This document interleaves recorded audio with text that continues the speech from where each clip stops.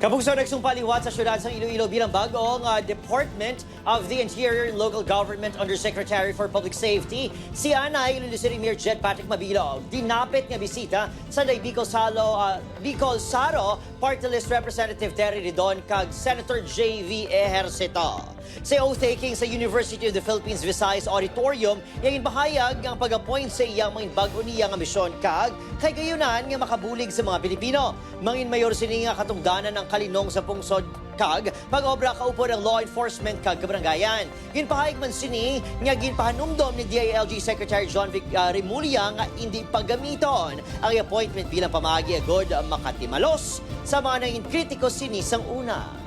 Sabi nila, nai-appoint ako sa position ka para manglagas ako sa himo sa una sa ako. Nagsakit ang kaya nagpasakit sa akong dugan. Pero sili ko, dugay na ko